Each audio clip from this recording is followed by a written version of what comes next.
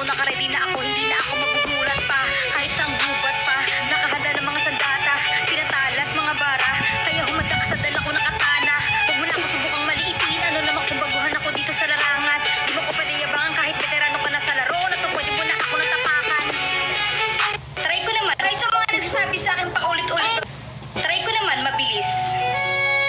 Pwede ba pa-sample lang muna, di ko pa kasi ganun gumaya mabilis. Try sa mga nagsasabi sa akin paulit-ulit daw yung beat ko. Anong paki mo? Pakinggan mo to. Nakakasawa na daw yung paulit-ulit na beat.